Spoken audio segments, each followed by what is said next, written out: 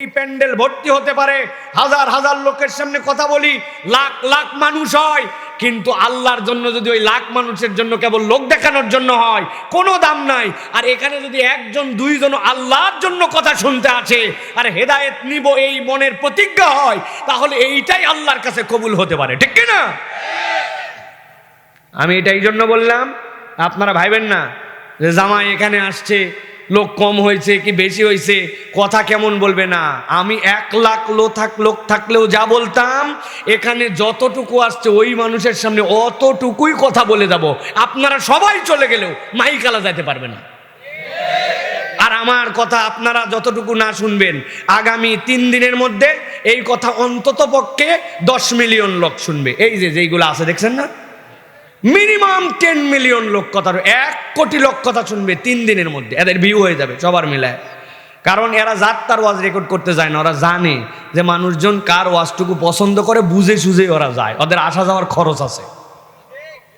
আমরা জিজ্ঞাসা করতে পারি যে আচ্ছা, আল্লাহ রাব্বুল আলামিন মানুষকে সৃষ্টি করার পরে মানুষকে আকল দিলেন, জান্নাত হবে তার ডেস্টিনেশন, তাহলে এই জান্নাতে মানুষ যাবে, কিন্তু তারপরেও এই দুনিয়ার মানুষজন এলোমেলো করে, উল্টাপাল্টা করে, তা আল্লাহ রাব্বুল আলামিন এদেরকে ধ্বংস করেন না কেন? এরকম একটা প্রশ্ন আমাদের মাথার মধ্যে আসতে পারে।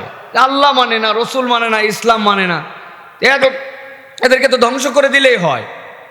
বিষয়টা হচ্ছে কিরকম ভাই, এই দুনিয়াটা হচ্ছে একটা পরীক্ষার হলের মতো। আপনি প্রশ্ন 5টা দিয়ে দিছেন, প্রশ্ন দেওয়ার পরে ছেলেপেলেরা পরীক্ষা দিতে গেছে। এখন একজনকে জিজ্ঞাসা করা হয়েছে বাংলাদেশের রাজধানীর নাম কি, ওই লিখতেছে বাংলাদেশের রাজধানীর নাম জয়পুরহাট। কি লিখছে? এখন পরীক্ষার যে গার্ড আছে সে দেখছেও, কিন্তু সে কি ঘাট ধরে বাইর করে দিবে, বাড়া তুই বাড়া ভুল লিখছিস বাড়া, বলবে? কি করবে? বলবে তোর পরীক্ষা তুই দে, যখন স্যারের কাছে খাতা যাবে তখন টের পাবুহিনি। তাই তো না ভাই? কিন্তু পরীক্ষার থেকে বের করে দেওয়ার কোনো নিয়ম নাই। পরীক্ষা তুই দে, নাম্বার কত জায়গা মতো যাই হবে। এখন আল্লাহ রাব্বুল আলামিন দুনিয়াতে আমাদেরকে সুযোগ দিছেন, হাত দিছেন, পা দিছেন, কান দিছেন, মাহফিলে আসতেও পারি নাও পারি, এটা আমার ইচ্ছা স্বাধীন দিছেন।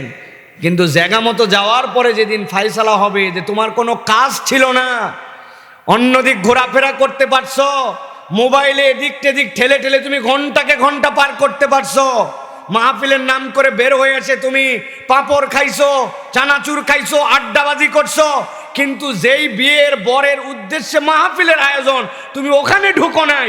এখন কিছু বলতেছি না, কিন্তু জায়গা মতো যাও, বুঝবা পারবহিনী। তাই তো না? জয়পুরহাটে তো এইভাবে বলেন আপনারা নাকি? আমি চাইলে জয়পুরহাটের ভাষাতে ওয়াজ করতে পারবো, কারণ আমার আয়ত্ত আছে এইটাও। তো এই জন্য আপনাদেরকে বোঝানোর জন্য বললাম এইটুকু, যে এখানে মন খারাপ করার কিছু নাই, এটা পরীক্ষার হল। জায়গা মতো যাওয়ার পরে আল্লাহ রাব্বুল আলামিন ফায়সালা করবেন। ওই যে গোরস্থান সামনে, আসতে দেখেন যাইতে দেখেন। সামনে আমার নানা শ্বশুরকে আমি কবরে নামায় রেখে গেছি, এই জায়গাতে আমরা দেখেছি, কবর দেওয়া দেখেছি। কয়দিন আগে আমাদের বড় খালাম্মা মারা গেছেন, এখানে তার কবর হয়েছে। আপনাদের আত্মীয় স্বজনের কবর আছে ভাই, আজকে হোক কালকে হোক, একদিন আগে হোক পরে হোক, ওই কবরে যেতে হবে, প্রশ্ন 3টার সম্মুখীন হতেই হবে, ঠিক কিনা? মনে করেন না মুখস্থ করে গেছি এখান থেকে, আর প্রশ্ন ওই জায়গায় গড় গড় করে উত্তর দিব। আপনার মুখস্থতে ওখানে কিচ্ছু যায় আসবে না, ওখানে পারফরমেন্স অনুযায়ী আপনার প্রশ্নের উত্তর ঠোঁটে আসবে, মুখস্থ করে কাম হবে না, পারফরমেন্স অনুযায়ী ওখানে কাজ হবে। অতএব আমরা কোনো সময় মন খারাপ করি না। আমার শ্বশুর মন খারাপ করছেন, আমাদের প্রধান বক্তা মন খারাপ করছেন, আমাদের জাকারিয়া মন খারাপ করছে, আমার কোনো মন খারাপ নেই। আমি একটা ভিন্ন উদ্দেশ্য নিয়ে কথা বলি, ভিন্ন উদ্দেশ্য নিয়ে চলাফেরা করি। সেই হিসাবটা আমার আল্লাহর সাথে বরাবর করা আছে। হিসাবটা হচ্ছে, আজ থেকে কয়েক বছর আগে আমি হজে ছিলাম।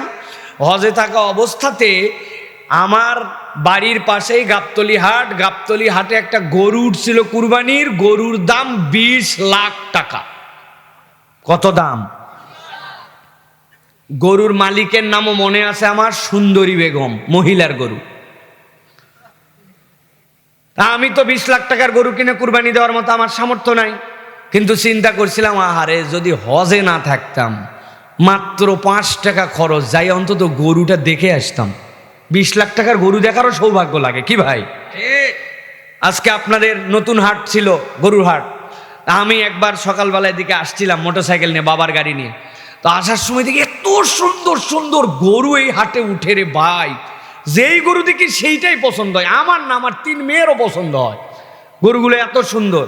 একটা গরু দাম করলাম, যে ভাই দাম বললাম যে কত চাচ্ছেন, বলল ভাই এটা 80,000 টাকা। তা আমি চিন্তা করলাম এই গরু তো কুরবানির সময় মিনিমাম 1,20,000-30,000 টাকা হবে এই হাটে। এইটা আরো ছোট ছোট 2-3টা গরু দেখে জিজ্ঞাসা করলাম, ভাই এগুলা কি পালার না খাওয়ার?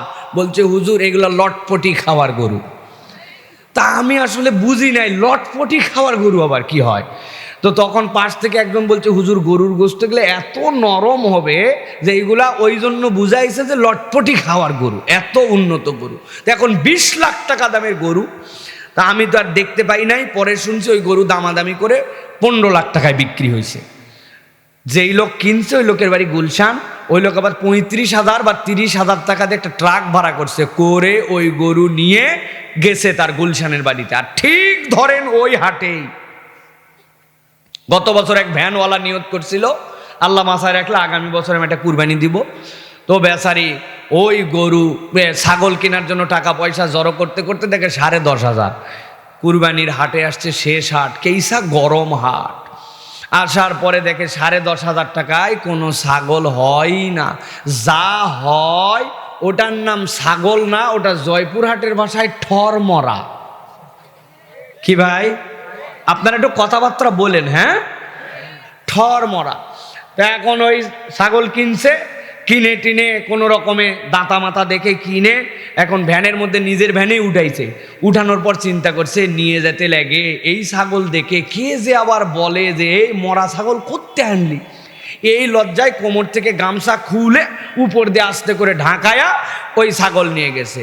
যেদিন কুরবানির দিন সকালবেলা 15 লাখ টাকা দামের গরু, 30,000 টাকা দামের ভাড়া, আর আরেকজনেরটা কেবল 10,500 টাকা। ওইটা দুইটাই কুরবানি হয়েছে। আল্লাহ লোক পাঠাইছে, ডাইরেক্ট চলে যাও 15 লাখ টাকার যেখানে কুরবানি ওইটা আগে কবুল করো। তাই তো?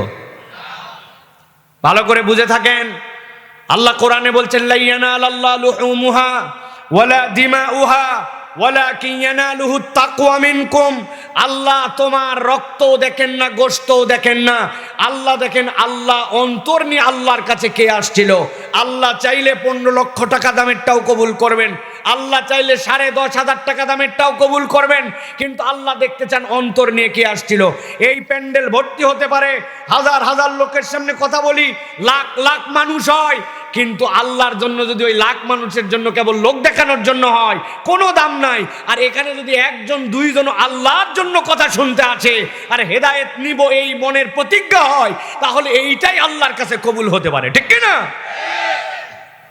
আমি এটা এই জন্য বললাম, আপনারা ভাইবেন না যে জামাই এখানে আসছে, লোক কম হয়েছে কি বেশি হয়েছে, কথা কেমন বলবে না। আমি 1 লাখ লোক থাকলেও যা বলতাম, এখানে যতটুকু আসছে ওই মানুষের সামনে অতটুকুই কথা বলে যাব। আপনারা সবাই চলে গেলেও মাইকালা যাইতে পারবে না। আর আমার কথা আপনারা যতটুকু না শুনবেন, আগামী 3 দিনের মধ্যে এই কথা অন্তত পক্ষে 10 মিলিয়ন লোক শুনবে। এই যে যেইগুলো আছে দেখছেন না, মিনিমাম 10 মিলিয়ন লোক কথা, 1 কোটি লোক কথা শুনবে 3 দিনের মধ্যে। এদের ভিউ হয়ে যাবে সবার মিলায়। কারণ এরা তার ওয়াজ রেকর্ড করতে যায় না, ওরা জানে যে মানুষজন কার ওয়াজটুকু পছন্দ করে, বুঝে সুঝে ওরা যায়, ওদের আসা যাওয়ার খরচ আছে। ভাই আমি বাড়ায় বলি নাই, অহংকার করেও বলি নাই, আল্লাহ মাফ করুক আমাকে, এটা ওই সেন্সে বলি নাই, বুঝানোর জন্য বলছি যে কথা যতটুকু বলি একটুখানি হিসাব কিতাব করে বলি। ওই হিসাব কিতাবের কথাটুকু মানুষ পছন্দ করার জন্যই শুনে, এটাই বাস্তবতা। ঠিক কি না?